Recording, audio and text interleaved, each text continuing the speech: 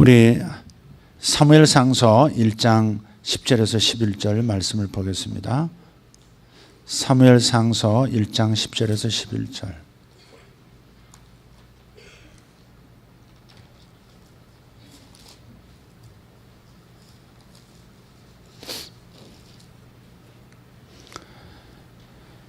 같이 읽겠습니다. 10절 11절. 한나가 마음이 괴로워서 여호와께 기도하고 통곡하며 서원하여 이르되 만군의 여호와여, 만일 주의 여종의 고통을 돌보시고 나를 기억하사 주의 여종을 잊지 아니하시고 주의 여종에게 아들을 주시면 내가 그의 평생에 그를 여호와께 드리고 삭도를 그의 머리에 대지 아니하겠나이다. 아멘.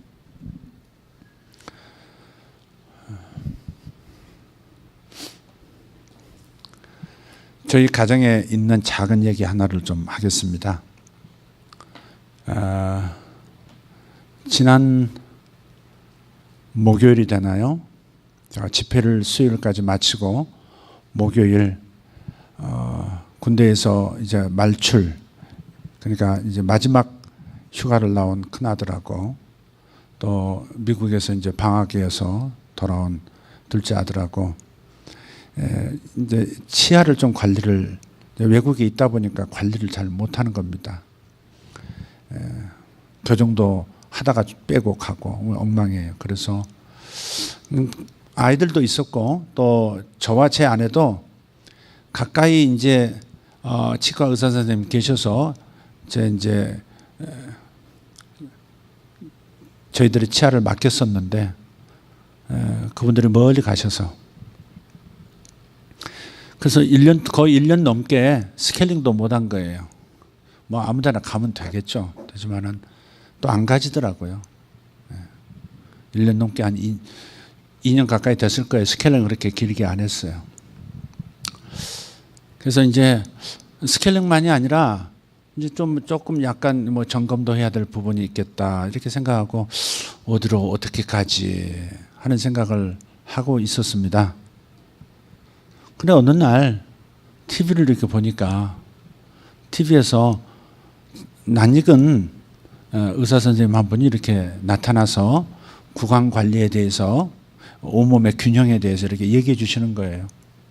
서울대 교수시고요. 그래 아주 독특한 그런, 특별히 턱관절까지 잘 보시는 그런 분이세요. 근데 그분이 이제 저한테 기도를 한 3번 받으셨던 분이에요. 저는 기억을 못 하는데 그분이 좀 부부가 이제 왔을 때 예배를 이제 오후 예배 이렇게 참석하셨던 것 같아요.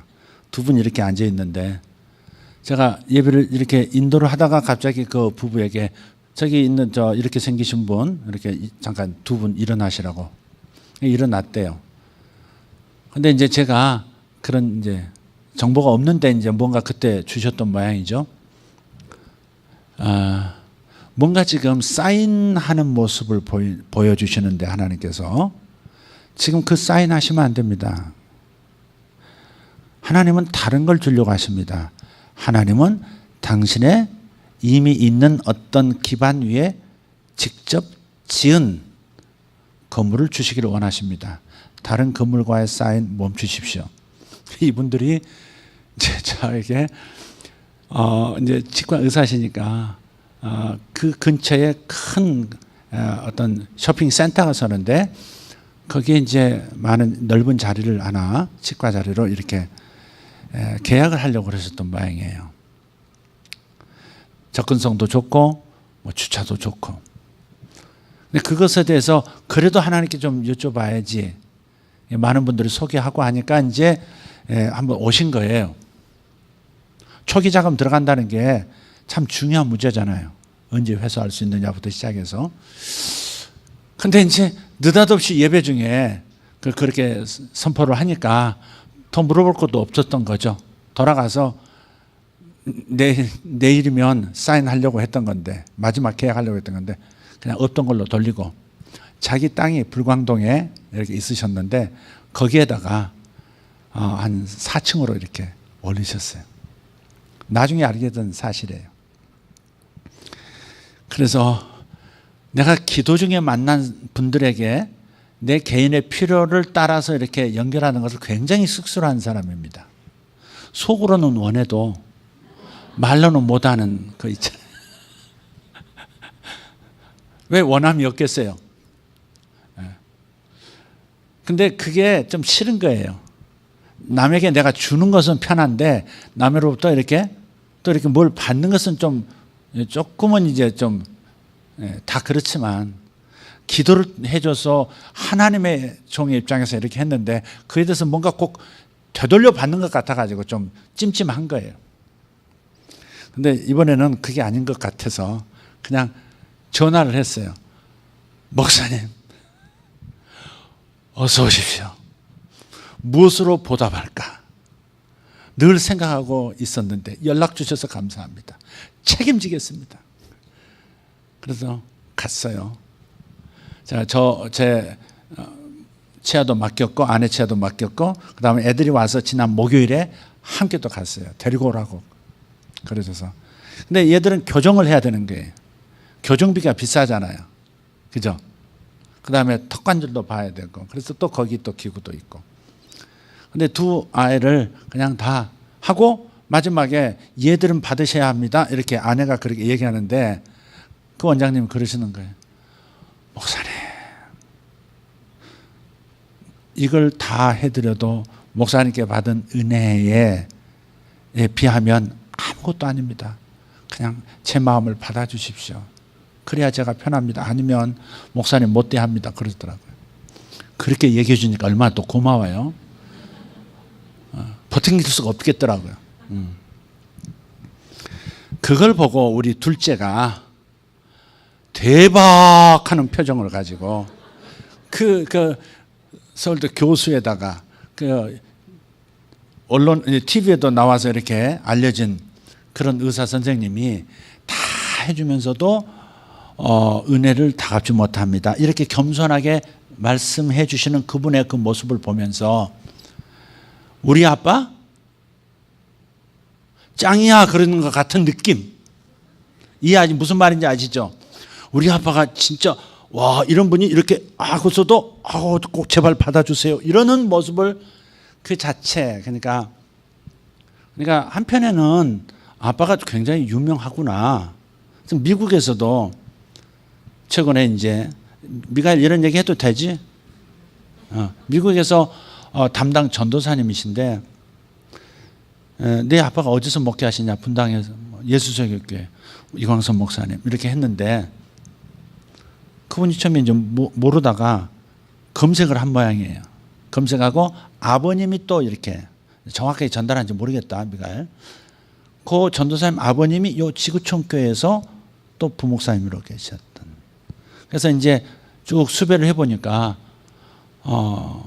참 그렇게 이제 아이한테 표현을 한 것 같아요. 정말 귀한 사역을 하시는 큰 사역을 하시는 목사님이셔. 정말 귀한 목사님이셔. 그분이 그러시더라는 거죠. 그러니까 애가 기분이 또 우리 아빠 괜찮은데 뭐 이런 생각 하지 않겠어요? 우리 아이도 외국에서 그걸 느끼는 모양이에요. 외국에서 한국에서 왔니 뭐 더 한국 한인들이 다 그러다가 얘 아빠가 이광선 목사님이에요. 그러면 저를 만나진 못했지만 책을 통해서 뭐 통해서 이렇게 아는 네가 이광선 목사님 아들이야? 그러면서 대우가 달라진대. 목소리부터. 그러면서 우리 아빠가 그렇구나. 그런 애들이 느끼는 거죠. 한편에 다행이다 싶은 생각이 있지만 이 얘기는 아주 간증할 만한 귀한 얘기는 아닙니다. 정말 내가 생각하는 아이들에게서 나오는 귀한 아빠에 대한 생각은 하나님이 특별히 사랑하시는 종, 그거에 앞서서 사역을 또 많이 하고 알려진 우리 아빠, 이게 아니고 하나님을 정말 사랑하고 그분 없이는 못 사는 사람이라고 하는 충격을 삶의 구석구석에, 영혼 구석구석에 심어주는, 그래서 나도 우리 아빠처럼 하나님을 사랑하고 살 거야, 그런 얘기가 나오는 것을 저는 진짜 간증이라고 생각해요. 그건 우리 자식들한테 안 나오는 것 같아요. 그래서 사실은 신앙 계승이 성공하지는 못한 거죠. 아직 성공하지 못한 거예요. 어디까지 왔는지조차 모르겠어요. 오늘 이 한나 이야기를 보면 모자간에 아직 사무엘은 태어나지 않았어요. 사무엘이 태어나서 늘 평생 가슴에 품고 존경하며 사랑하며 자랑스럽게 생각하며 살아갈 사람이 대상이 누구였겠는가? 자신의 어머니 한나였을 겁니다. 우리 어머니는 이런 분이셨어. 정말 구약 성경 역사 가운데 하나님의 말씀으로 한 민족을, 한 국가를 세우고 또 바로 세우는 일에 쓰임받은 그야말로 제너레이션을 만든, 제너레이션이라고 하는 이 단어는 그런 거죠. 특별한 세대를 말해요. 2세대 그리고 그 다음 세대 또 그 다음 세대 이런 걸 말하는 게 아니라 예를 들어서 모세가 광야에서 20세 이하 그리고 광야에서 태어난 이제 아기들까지 해서 40년 동안 광야에서 로스쿨을 열어서 이스라엘 사람 전체가 그야말로 법에 정통한 국가를 한 사람 한 사람이 나가서 세울 수 있을 만큼의 법에 정통한 그런 사람들로 훈련시켰거든요. 그러니까 엄청난 일을 한 거죠. 그걸 만나 세대라고 그래요. 만나 세대. 그러다가 여호수아를 통해서 가나안 땅에 들어가서 300년, 350년 사사시대를 거치는 동안에 저들의 신앙이 바닥을 칩니다. 한마디로 사사기를 끝내면서 이런 표현합니다. 저들이 하나님을 따르지 아니하고 자기 소견에 오른 대로 살아갔다 그래요. 하나님과 함께하지 않고 자기 소견에 오른 대로 살아가는 세대, 그게 300년, 350년이 지속된 거예요. 그러다가 갑자기 그 바닥을 치는 이스라엘의 신앙과 말씀 교육이 바로 사무엘이라고 하는 한 남자, 이 선지자가 그리고 제사장 역할을 하는 이 남자가 나타나면서 전혀 새로운 세대로 무장합니다. 다시 만나 세대처럼 다시 이스라엘이 활짝 어깨를 펴고 진정한 하나님의 제사장 나라의 면모를 갖추기 시작하는 것이 사무엘 때입니다. 그래서 미스바 세대라고 해요. 미스바 세대. 사무엘이 미스바로 모든 사람 불러 모아서 거기서 회개시키고 거기서 교육시키고 거기서 이스라엘을 새롭게 탈퇴환골하게 만들었거든요. 그 미스바 세대예요. 모세와 같이 하나님의 목적에 딱 맞는 그런 국가로 만들어버리고 세대로 만들어버리는, 그래서 만나 제너레이션, 미스바 제너레이션, 그런 게, 이게 제너레이션 특별한 의미가 있는 거예요 지금. 그런데 이 이야기의 시작은 이것입니다. 사무엘이 이 땅에 태어나기 전에 불임 현상 때문에 고통하는 한 여인, 즉 자기 어머니가 때만 되면, 절기만 되면 성전에 올라가서 눈물로 기도하는 겁니다. 내게 왜 자식을 안 주십니까? 제게 자식 주십시오. 아들 하나 주십시오. 이스라엘은 아들을 낳아야 합니다. 자기 생존 문제도 있지만 그것은 하나님의 율법의 명령에 계속해서 아들을, 장자들을 낳음으로써 그 가운데서 메시아가 태어날 거기 때문에 메시아를 생각하는, 메시아를 생산하는 가문이 되도록 그렇게 이 여자가 남자아이를 낳아줘야 되는 거예요. 메시아 때문에 그렇습니다. 메시아 때문에. 그래서 단순한 남존 여비 사상이 아니에요. 그래서 간절하게 기도하는데 응답이 없는 겁니다. 나중에 너무 속상하니까 남편한테 막 투정을 부리고 남편한테 이제 속상한 얘기를 해요. 그 남편은, 남편에게 여자가 또 하나가 있거든. 남편 이름이 엘간하고 그 다른 여자 한 사람이 분인나예요. 분인나. 분을 일어나게 한다. 분인나. 이 분인나는 이제 애도 못 낳는 것이 하면서 이제 남편 사랑만 받으면 뭐해? 애 낳아줘야 남편 사랑이 진짜 내 사랑이 되는 거지. 이렇게 일종의 가정 안에 이제 정적이지, 정적. 정치적인 적이 아니라 정인을 낚아채간 저 여자 뭐 이런 거죠 이제. 그러니까 남편은 야, 제가 애를 많이 낳았어도 내 사랑은 너한테 있잖아. 한나, 너 하나밖에 없어. 그래도 자식을 못 낳는, 아들을 못 낳는 그것 때문에 다 고통스러워. 그러다가 지금 오늘 본문이 시작된 겁니다. 그때도 어떤 절기라 성전에 이 시온에 가가지고 그곳에서 지금 실로에 가가지고 기도하는 겁니다. 근데 얼마나 간절히 기도하는지 꼼짝도 하지 않고 뭔가 이렇게 머리를 구부리고 얼굴은 새빨개져 가지고 힘을 얼마나 주는지. 근데 이제 오늘 읽은 본문 앞절에 9절에 보면 제사장 엘리가 여호와의 전 앞에서 의자에 앉아서 이렇게 기도하는 사람들을 보고 있었어요. 근데 한 여성이 술 취한 거예요. 자기 생각에 아니 저것이 어디서 술 처먹고 여기 와서 지금 그러는 여인이 보인 거예요. 간절하면 사람이 막 신음소리가 나오거든요. 뭐 주여 도와주세요 이렇게 말이 안 나와요. 막 배창 잡아서도 신음소리가 나오니까 이렇게 저 컹컹 앓는 그야말로 영혼을 쥐어짜는 기도를 하고 있단 말이에요. 그래가지고 일어나라. 그래가지고 어디서 술 처먹고 여기 와서 지금 주정하느냐고 야단을 쳐요. 그러니까 사사시대를 대표하는 엘리 제사장의 눈이 그렇게 분별이 없는 거예요.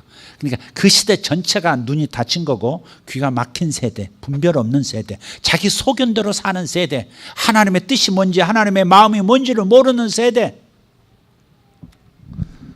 엘리 제사장이 그렇게 하는. 그런데도 이 여인은 너무 간절한 마음, 그래도 그 제사장을 존중하는 마음에서 사실은 제가 술 취한 것이 아니라 제가 아들을 낳아야 되는데 너무 하나님 앞에 간곡하게 지금 기도하는 중이었습니다. 당신이 축복하시면 제가 임신하게 될 줄 믿습니다. 그렇게 얘기해요. 우리 한번 17절 18절 한번 볼까요? 17절 18절 같이 읽습니다. 엘리가 대답하여 이르되 평안히 가라. 이스라엘의 하나님이 내가 기도하여 구한 것을 허락하시기를 원하노라 하니 이르되 당신의 여종이 당신께 은혜 입기를 원하나이다 하고 가서 먹고 얼굴에 다시는 근심빛이 없더라. 이게 진짜 믿음이죠. 이게 진짜 한번 목사님 기도해 주십시오. 그러면 정말 이게 일어날 걸 믿고 그럴 때 딱 기도 받는 거예요.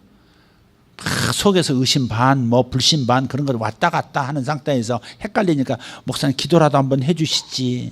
내 마음 고통인데 뭐 이런 믿음 가지고 이 막무가내 식의 그런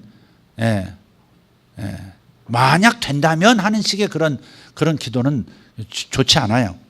정말 믿음이 왔을 때 기도해 주십시오. 그럴 때 역사가 일어나는 거죠. 아멘. 이게 응답됐다고 생각하니까 금방 가서 얼굴 씻고요. 밥 먹는 거 보세요. 이게 진짜 믿음이지. 응답됐으니까 고민할 거 없다. 내 손 떠났다. 하나님 응답하셨다. 네가 기도하고 구한 것은 받은 줄로 믿어라. 그러면 그대로 되리라. 마가복음 11장 24절 말씀. 내가 너희에게 진실로 이르노니 네가 기도하고 구한 것은 받은 줄로 믿어라. 받을 줄로 믿어가 아니라 받은 줄로 믿어라. 그러면 그대로 되리라요. 그러니까 믿음이 온 다음에 그걸 입으로 발설하는 거지. 또 입으로 발설하는 것은 믿음이 생기도록 자꾸 말씀을 선포하는 것이지. 믿음이 온 다음에 그 믿음을 입으로 표현할 때 그대로 이루어지거든요. 한나가 지금 그런 기도를 지금 한 거예요. 근데 기도의 내용이 사실은 심상치 않아요. 그냥 보통 여자의 불임 여자의 그냥 하나님 앞에 간절한 기도, 그리고 기도가 응답이 안 되니까 하나님하고 애 하나 그냥 자식 하나 얻으려고 하나님하고 딜하기 위해서 서운하는 그런 수준이 아니에요. 평범한 여인의 기도가 아닙니다. 지금 이걸 우리가 이해하고 이 성경을, 이 기도를 배워야 돼요. 이 결론을 얘기한다면 이 한나의 기도는 성경을 관통한 기도예요. 성경 역사를 쭉 기반으로 쌓고 자기 내면의 모든 아브라함 때부터 주셨던 모든 하나님의 말씀, 모세오경을 통해서 훈련받은 그 모든 말씀의 기반이 딱 찬 상태에서 그것을 관통하는 그런 기도를 하는 거예요. 그러니까 그런 믿음이 생기는 것이고, 믿음도 하나님 주시는 거잖아요. 믿음이 생기는 것이고, 그런 기도는 응답이 되는 거예요. 이것은 꼭 애를 가질 때만 필요한 자세는 아니에요. 성경을 관통한 기도라고 하는 것은 아이를 얻기 위할 때만이 아니라 내가 이 땅에 생산해내야 하는 정말 소중한 것, 하나님의 목적들, 바로 그런 것들이죠. 그래서 한나가 뭐라고 기도를 합니까?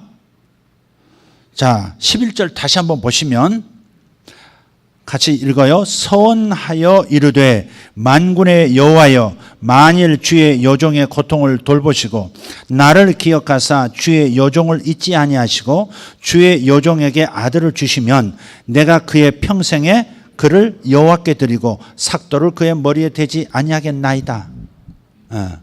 요 부분이 참 중요해요. 그냥 평범한 기도가 아니라고요. 사실 이 한나가 애를 주실 것이다, 불임을 끝내고 이제는 태를 여실 것이다 하는 믿음을 어디서 가져온 줄 아십니까? 한나가 지금 기도하는 이 시점부터 850년 전에 자기와 비슷한 상태의 여인이 불임을 벗어난 이야기를 알고 있거든요. 그 누구예요? 조상 아브라함의 아내 사라죠. 사라의 나이 90세, 경수가 끊어졌어요. 그러니까 한나보다 한참 심각한 상태. 한나는 지금 달거리를 하는 여자예요. 애를 가질 수 있는 상태라고. 그러나 한나는 아예 모든 자원을 다 써버린, 난자가 하나도 없는, 하나도 없는 그런 상태예요. 또 그의 남편 아브라함은 100세. 그런데 하나님께서 그에게 은혜를 베푸시고 그에게 이삭이라고 하는 아들을 주셔서 이스라엘 민족이 이렇게 번성했다는 사실을 너무도 잘 알고 있고, 자기의 기도의 모델을 한나를 삼은 것이죠. 그러니까 자기 이 기도, 아들을 주시면 이렇게 하겠나이다라고 하는 것은 아브라함이 100세에 얻은 자식을, 사라가 90 얻은 그 자식을 나중에 하나님의 테스트, 그러니까 모리아산에서 하나님 앞에 이삭을 바쳤고 하나님께서 다시 되돌려주는 역사도 있었잖아요. 그러니까 한나가 지금 이 하는 기도는, 내게 아들을 주시면 바치겠습니다 하는 기도는 바로 사라와 아브라함의 모델을 따라서 그 성경 말씀을, 기록된 말씀을 기반으로 해서 자기 기도 제목으로 삼은 것이고, 성경을 관통한 기도기 때문에 믿음의 기도가 나오는 것이고, 하나님도 응답하시는 것이에요. 이해가 되십니까?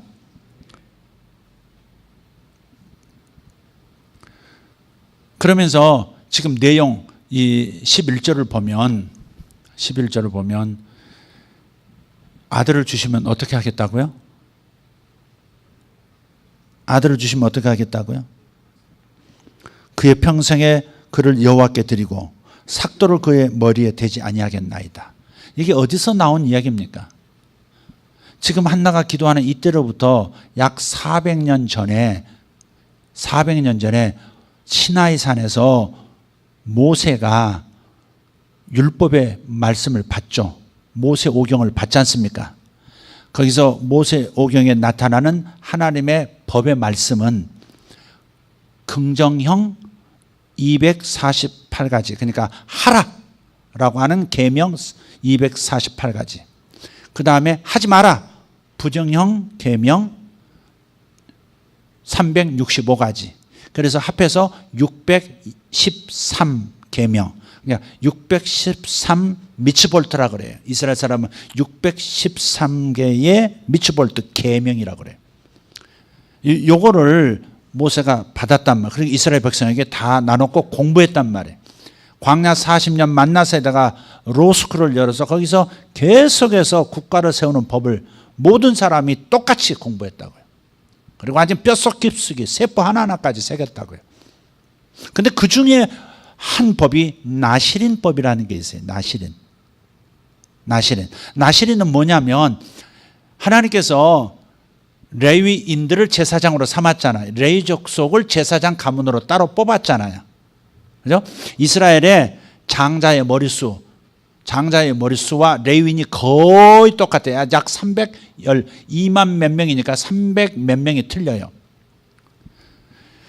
그런데 그 장자를 하나님께서 따로 각각 뽑아서 제사장으로 삼으시지 않고 한 족속, 레위 족속을 장자의 머릿수만큼으로 그냥 레위 족속을 통으로 제사장으로 삼은 거예요. 그래서 레위 족속은 장자라 그런 거예요. 장자라. 그러니까 제사장 나라라는 것은 장자와 성전으로 이끌어가는 나라예요. 다른 말로 하면 제사장과 성전으로 이끌어가는 나라가 제사장 나라예요. 그래서 모세도 그렇게 만나 세대를 일으킨 사람이지만 왕이 되질 않아요. 왕이 안 되려고 노력했어요. 여호수아도 전쟁 영웅이에요. 공성전 직접 수성하고 있는 성을 공격해서 무너뜨리는 게 29개거든요. 전쟁 영웅이에요. 미국 대통령 중에도 아이젠하워 때요. 2차 세계대전 그 전쟁 영웅이라고 대통령 되잖아요. 보통 대통령 돼요. 그런데 왕으로 절대 올라가질 않아요. 나와 내 집은 오직 여호와만 섬기겠다 그러면서 또 사무엘도 절대 왕이 되지 않습니다. 왜 그래요? 하나님만 왕이시기 때문에. 제사장 나라는 하나님만 왕이에요. 그걸 알기 때문에 절대 인간 왕이 되려고 하지 않아요.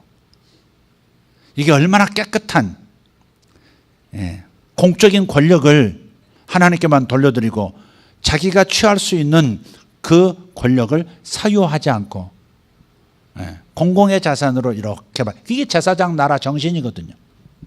어쨌든 그때 그 제사장 나라의 법 613가지 중에서 나시린법이 있어요. 그 나시린법을 또한 한나가 잘 이해하고 있었던 거죠.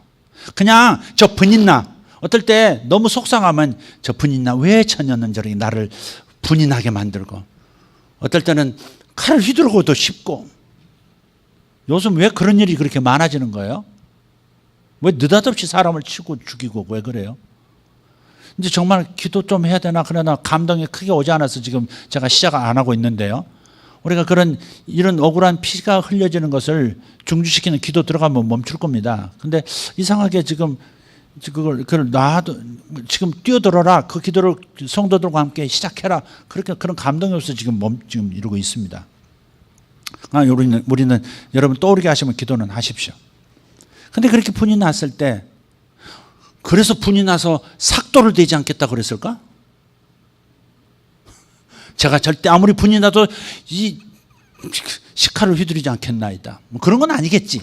근데 어쨌든 삭도를 대지 않겠나이다 이 말은 그 나시린법에 그 법에 기초해서 하는 기도라 이 말이에요.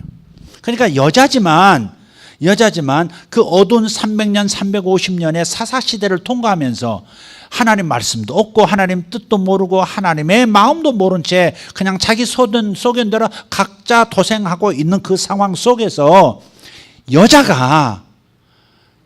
여자가 진짜 하나님의 그 소원의 전곡을 그냥 확 찌르면서 치고 들어오는 기도를 지금 하고 있거든요.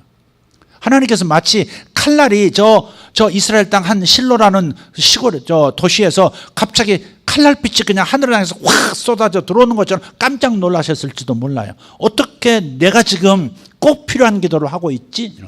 나실은 레위인이 아니에요. 레위인이 아닌 사람이 하나님 앞에 자기를 드리고 싶을 때 나실인이란 말이 자기를 드린다, 특별하게 자기를 바친다 그런 뜻이에요.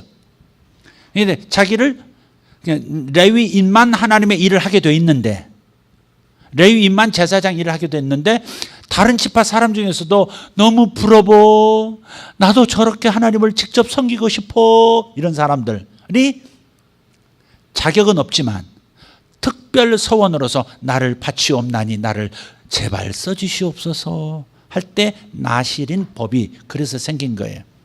레위인만 할 수 있는 하나님을 섬기는 직접 섬기는 일을 나실인이 되면 자기를 헌신해서 받아들여지면 그리고 그 규칙을 다 지키면 그러면 레위인처럼 제사도 지내고 집행할 수 있고 할 수 있는 무언가가 주어지는 거예요. 그게 바로 나실인 제도예요.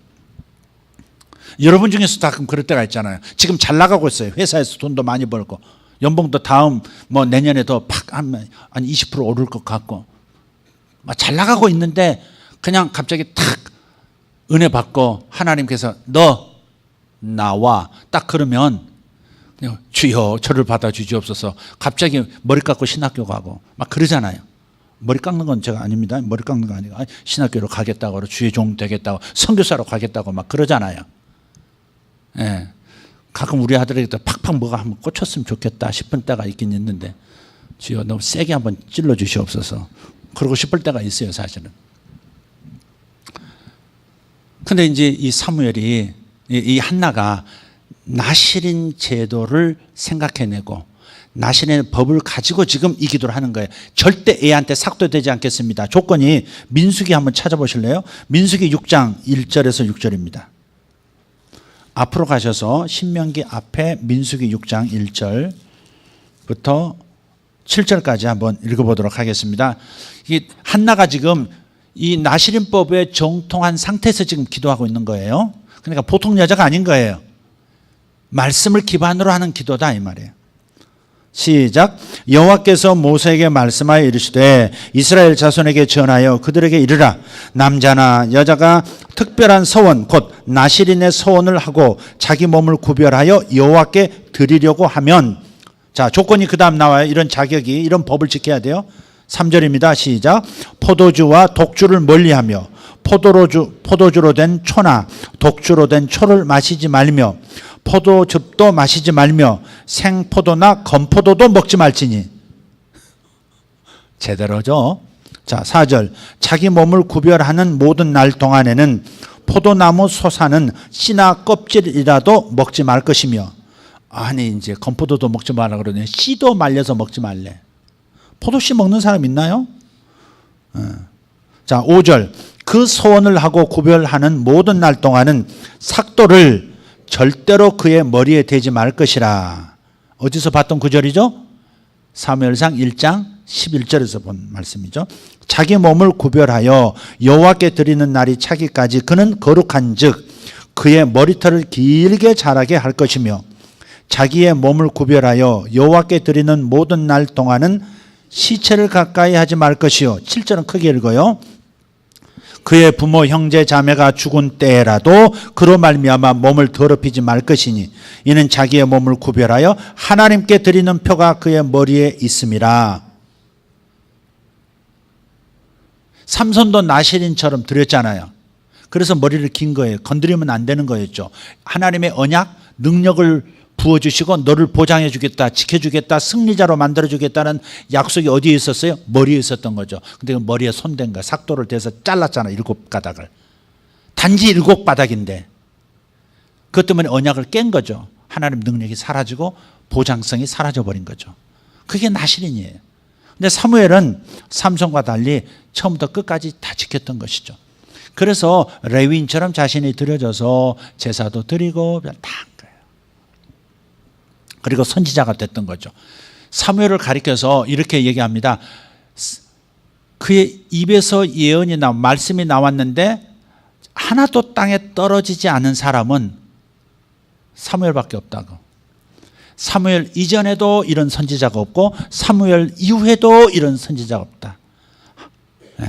그러니까 대단한 선지자죠. 그러나 이런 선지자가 출연한다고 하는 것은 그의 어머니의 이런 성경 말씀을, 성경을 제대로 공부하고 제대로 읽고 묵상하고 거기에서 꼭 필요한 말씀을 끄집어낼 수 있는 하나님의 마음을 읽었다는 거죠. 이 시대가 어떤 시대예요? 한나가 고통스럽게 지금 기도하는 이 시대는 어떤 시대예요? 하나님의 말씀이 사라진 시대, 하나님의 마음을 읽지 못하는 시대, 다 어두운 눈으로 어두운 귀로 다니는, 그야말로 자기 원하는 대로 각자 자기 길을 따라서 사는, 하나님의 길이 아니라 자기 각자의 길을 따라 사는 그런 세대. 정말로 암흑기, 영적 암흑기. 바로 그때에 한나가 자기 자식이 없다는 거 하나만 가지고 출발한 기도였지만 기도하다 보니 자기 자식 없는, 아들 없는 자기 고통이 자기만의 고통이 아니라 하나님 마음의 고통인 것을 읽어낸 거죠. 만나 세대, 모세처럼 만나 세대를 길러낼 그런 혁명적인 나의 종이 있어야 할 텐데, 내가 그래서 그를 통해서 이스라엘을 다시 새롭게 해야 할 텐데 하고 있던 차에 하나님의 그 마음을 읽은 한나가 내게 아들 주시면 감사하겠고, 그럼 그 아들은 반드시 하나님의 목적에 쓰임받는 이 시대에 꼭 필요한 새로운 제너레이션을 일으킬 수 있는 그 아들로 하나님께 바치겠습니다. 이 기도는 단지 애가 없어서 울면서 몸부림하는 보통 평범한 여인의 기도가 아니란 말이죠. 그래서 한나를 모델로 삼으시려면 한나의 지적 수준, 즉 하나님의 말씀에 정통한 그런 상태, 그리고 그 말씀을 끊임없이 묵상하면서 하나님의 마음을, 이 시대를 향한 하나님의 마음을 읽어낼 수 있는 이런 여인, 그런 여인만 이렇게 기도할 수 있는 거예요. 보통 기도가 아닌 거죠. 보통 귀한 자식 뒤에는 훌륭한 어머니가 있다고 그러시잖아요. 훌륭한 어머니가 있으시다고 그러잖아요. 바로 이 한나가 정말 그런 여인이었어요.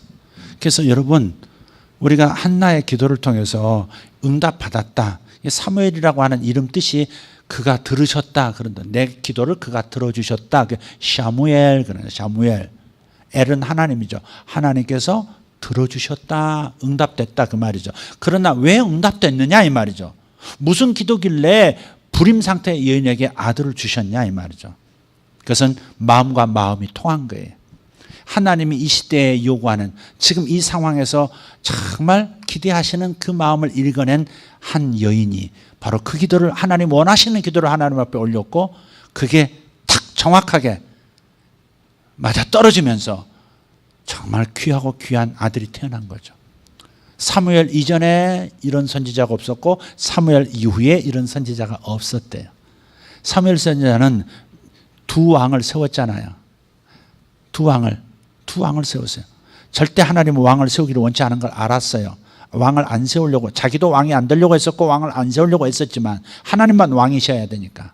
그런데 제사장 나라의 이 구조를 깨뜨리면서 이스라엘 백성들이 다른 나라처럼 우리에게 왕을 주소서 하니까 할 수 없이 하나님도 허락하셨고 사무엘도 왕을 세웁니다. 사울을 세웠고 두 번째 왕 다윗을 세웁니다. 사울 왕 40년 안수해서 기름 부어 왕 40년을 살게 했고, 또 다윗을 또 안수해서 40년 왕이 되게 한 사람, 바로 대단한 사람 아니에요? 여러분 자녀가 이런 사람 됐으면 좋지 않겠어요? 어떤 한 영역을 세우고 한 영역을 변화시킬 수 있는 이런, 그러나 그런 자식이 출현하려면 그런 부모가 돼야 한다는 것이죠. 그래서 신명기서 6장에 보면 이 말씀을 부지런히 내 마음에 새기고, 부모인 네 마음에 먼저 새기고 부지런히 자녀에게 가르치라 그런 거예요. 내 마음에 하나님 말씀의 그림이, 내 마음에 하나님 마음이 정착이 안 됐는데 어떻게 자녀의 마음에 하나님 마음이, 하나님의 그림이 새겨지겠어요? 그러니까 여러분, 주여 다니엘 같은 아들 주시옵소서, 요셉 주시옵소서, 괜찮아요 그 기도. 그러려면, 그 기도가 성취되려면 여러분 자신부터 하나님의 말씀의 사람이 돼야 하는 거죠. 성경을 읽지 않고 성경을 멀리하고 있는 사람, 하나님의 마음을 알 길이 없죠. 하나님이 원하시는 기도를 한다는 것은 성경의 기록을 충분히 담고 묵상하는 사람, 그 사람에게서 하나님의 마음을 이해하는 마음이 있는 거니까. 그래서 한나의 기도를 여러분에게 좀 제안합니다. 성경을 읽으십시오. 성경을 통해서 하나님의 마음을 아십시오. 그리고 귀하고 귀한 하나님이 쓰시는 위대한 자녀들이 되게 하십시오. 할렐루야. 지금 스리랑카의 대통령이, 현재 대통령이 지금은 크리스찬들에게 굉장히 호의적인 좀 좋은 대통령이랍니다. 다행히도. 그분이 왜 그러느냐, 그분이 좋아하는 사람, 어려서부터 위인전을 읽었는데 링컨 대통령, 미국 링컨 대통령이 성경을 항상 읽고 그의 어머니가 성경을 선물하고 항상 성경을 읽고 그러면서 대통령의 직무를 감당했다고 하는. 그 링컨이 성경을 사랑했으니까, 하나님의 말씀을 사랑했으니까 내가 링컨을 좋아하는 그것 때문에 성경을 가지고 신앙생활하는 당신들을 내가 좋아한다고. 그래서 굉장히 좋은 호기를 맡고 있는 상황이랍니다. 여러분, 링컨 뒤에도 어머니가 있었거든요. 성경을 사랑하는. 그래서 링컨 대통령이 출연한 거죠. 여러분도 여러분 가문이 명문가문, 말로만 그렇게 기도하지 말고 그 명문 가문이 되려면 하나님의 말씀을 멀리하고서는 절대 될 수 없습니다. 명문 가문은 하나님이 하늘에서 내는 겁니다. 하나님의 말씀을 사랑하고 그 말씀을 통해서 하나님의 마음을 알고 기도하는 사람들, 그런 사람들에게서 귀한 자식이 납니다. 기도하십시다. 성경을 가까이 하십시오. 오늘 아침도 사복음서와 사도행전을 읽자 그렇게 말씀드렸습니다. 읽게 하기 위해서 그 설교를 한 겁니다. 설교로 만족합니다. 목사님 말씀이면 족합니다. 건방진 겁니다. 제 목표는 설교를 통해서 성경을 가까이 하고 싶어지도록 하는 것이 제 목표입니다. 설교는 하나님의 말씀, 이 설교가 나오게 된 하나님의 말씀으로 여러분이 직접 찾아가서 직접 여러분이 말씀을 통해서 하나님의 음성을 들으라는 겁니다. 성경 대신 설교를 듣는 게 아닙니다. 설교는 성경으로 돌아가도록 하기 위해서 설교하는 겁니다. 그러니까 여러분 결심하십시오. 적어도 한 가지는 순종할 수 있지 않겠어요? 한 가지는 결심할 수 있잖아요. 뭐 할 수 있어요? 이번 주에 오늘은 마태복음 읽겠어. 내일은 마가복음 읽고 그 다음 닷새면 사도행전까지 다 읽잖아요. 혹시 바쁜 날이 있어요. 그러면 금요일과 토요일이 있잖아요. 아니 토요일과 주일이 있잖아요. 그러니까 그렇게 해서 한번 그렇게 읽고 이랬었구나, 이거구나, 좀 그렇게 좀 여러분이 성경 말씀을 마음에 담는 시간 되었으면 좋겠습니다. 여러분 좀 귀찮겠지만 좀 부담스러울 수도 있어요. 억지로 쥐어짜는 것 같기도 하지만 이것도 필요한 것 같아요. 이번 주간에 내가 사복음서와 사도행전 좀 읽겠습니다. 내가 한나 흉내 좀 내보겠습니다. 그러나 흉내로 시작한 것이 습관이 되고요, 그것이 인격이 되고 운명이 되는 겁니다. 그런 분 일어나서 기도하십시다. 제가 눈을 감을까요? 눈을 뜰까요? 이거 할 수 있지 않습니까? 요새 성경 굉장히 멀리하고 계시지 않았어요? 이번 교회에 그냥 억지 춘향합시다. 그냥 합시다. 조말할 때 일어나시지. 앉아서 끝까지 버텼다 일어나. 황씨가면 왜 끝까지 앉았다가 마지막에 일어나요? 모녀가 아침부터. 그래요, 감사해요. 신랑은 일찍 일어나고만. 자, 일어났으면 됐어요. 여러분, 유아씨는 앉아서 뭐 해요? 거기 누구예요? 앉아있는 머리만 보이는 분? 안 할 생각이었었어요? 일어났다가 또 안 하면 됐어요. 여러분 이렇게 소식을 보셨어요. 여러분 실패할 수 있다고 생각해요? 이거 안 하면 여러분 무슨 어려워지고 그런 거 아니면 집 날라가고 그런 거 아닙니다. 그러나 여러분 이렇게 함으로써 하나님 앞에 또 한 발자국 더 가는 거예요. 꼭 하시고 다음 주에 오늘 얼굴들 다 기억합니다. 어디까지 읽었냐고 수요일에도 물어볼 거고, 금요일에도 물어볼 거고, 주일에도 물어볼 거고, 오후에도 물어볼 거예요. 오케이? 싫으면 외국 나갔다 오시고 한 달 기도하겠습니다. 주님, 저 여기 있습니다. 한나의 기도가 성경